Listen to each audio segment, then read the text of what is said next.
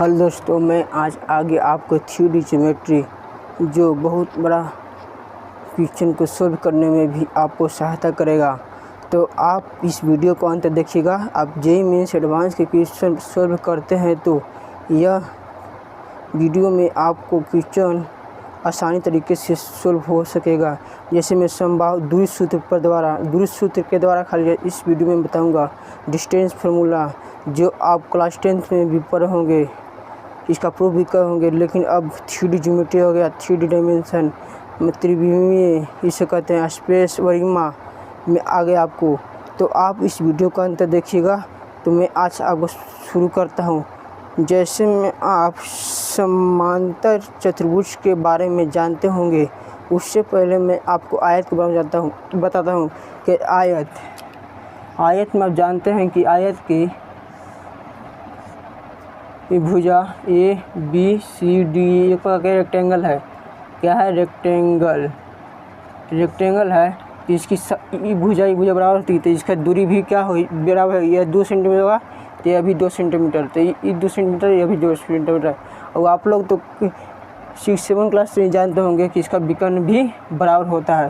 तो इसका दूरी सूत्र के द्वारा करेंगे प्रूफ। तो ए बी बराबर यदि आपका सी डी आ जाए, और ए डी बराबर आपका यदि बी सी आ जाए, और ए सी बराबर यदि बी डी आ जाए, तो जानिए कि यह किस प्रकार का चतुर्भुज है। आयत है। ये चतुर्भुज किस प्रकार का है? आयत प्रकार का है। तो आपको समझ में आ गया होगा कि यह आयत का है। तो दूसरा मैं बताने वाला हूँ आपको वर्ग, जो आप वर्ग के बारे में भी परिचित हैं कई क्लासों से, पूर्व के कक्षाओं से। तो वर्ग जिसकी सभी भुजाएं क्या होती है? आप बराबर होती है। जब सभी भुजाएं आपस में बराबर होगी तो उसके बीच की दूरी भी क्या होगी? आपस में समान होगी।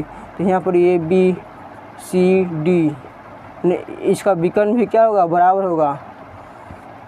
मतलब ए बी बराबर बी सी बराबर सी डी बराबर ए डी, मतलब इसकी सारी भुजा क्या होगी? बराबर होगी। और विकर्ण भी बराबर होगा, क्योंकि यह सभी भुजा बराबर है। तो आपको यह यदि ऐसा आ गया तो आप प्रूफ कर सकते हैं कि यह एक प्रकार का वर्ग है। सो डैट इसलिए दिस इज एक वर्ग है। अब मैं आपको समबाहु त्रिभुज के बारे में भी आप जानते होंगे। समबाहु त्रिभुज जिसकी सभी भुजा क्या होती है? आपस में बराबर होती है। यदि ए बी बराबर आ गए, ए सी बराबर, बीच में सभी भुजा में 3-3 आ जाए, मान लीजिए ए भी 3 आ जाए, तो आप लोग सिद्ध कर सकते हैं कि इसलिए यह एक प्रकार के समबाहु त्रिभुज है। और मैं आपको समांतर चतुर्भुज के बारे में बताने वाला हूँ। समांतर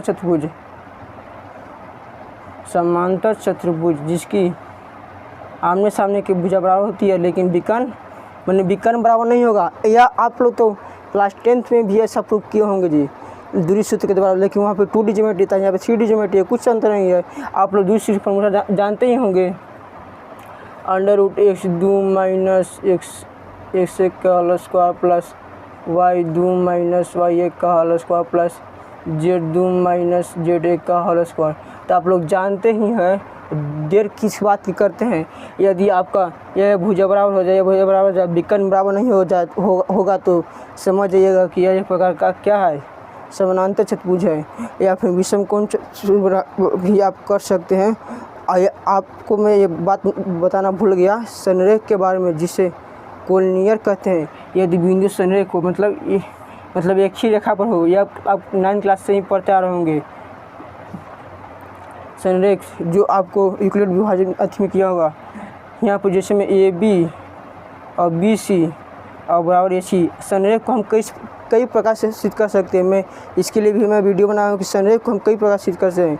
इसे विभाजन सूत्र द्वारा सिद्ध करते हैं। यदि विभाजन सूत्र करेंगे मतलब कि इसका मतलब कि सब में कि विभाजन मतलब बराबर आ जाते हैं, यानी कि संरेख है। और इसका दूरी सूत्र द्वारा भी कर सकते हैं, और इसका फिर सदिश के भी द्वारा कर सकते हैं, जो आप क्लास 12th में पढ़े होंगे।